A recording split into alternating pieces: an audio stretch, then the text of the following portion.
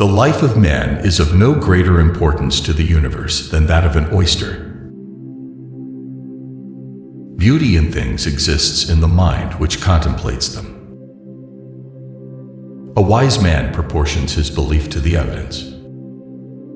Reason is, and ought only to be, the slave of the passions. Custom is the great guide of human life. The rules of morality are not the conclusion of our reason. The virtues are lost in interest as rivers are in the sea. Avarice, lust, ambition, revenge, and all the passions are in reality virtues.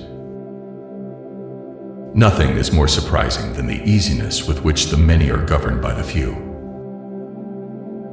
No testimony is sufficient to establish a miracle unless the testimony be of such a kind that its falsehood would be more miraculous than the fact which it endeavors to establish.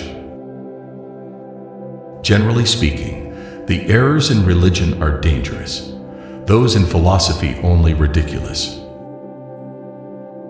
In our reasonings concerning matter of fact, there are all imaginable degrees of assurance, from the highest certainty to the lowest species of moral evidence. 'Tis not contrary to reason to prefer the destruction of the whole world to the scratching of my finger. The height of the pinnacle is determined by the breadth of the base. The free actions of men are the effect of their character. Heaven and hell suppose two distinct species of men, the good and the bad. Reason is the discovery of truth or falsehood. Custom, then, is the great guide of human life. The various systems of philosophy, which have successively prevailed in the world, have not been derived from any true knowledge of the powers and principles of human nature.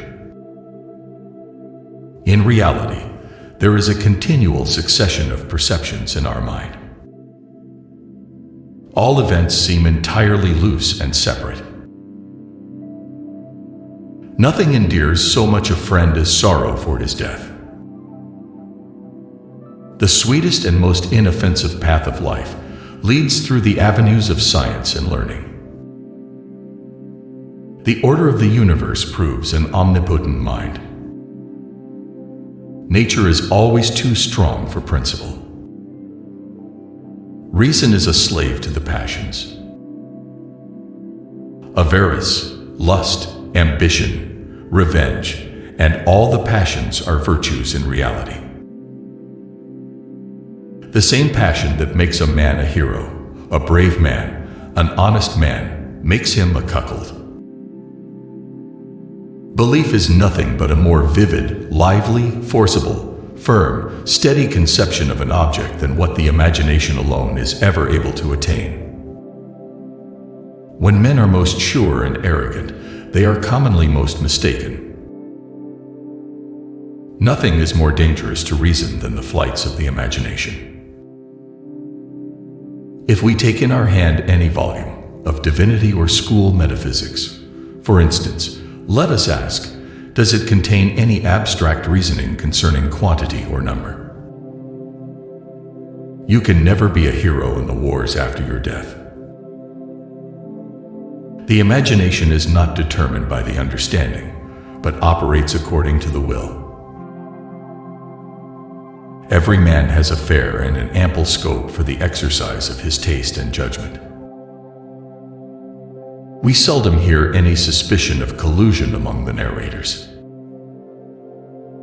In every system of morality which I have hitherto met with, I have always remarked that the author proceeds for some time in the ordinary way of reasoning, and establishes the being of a god, or makes observations concerning human affairs.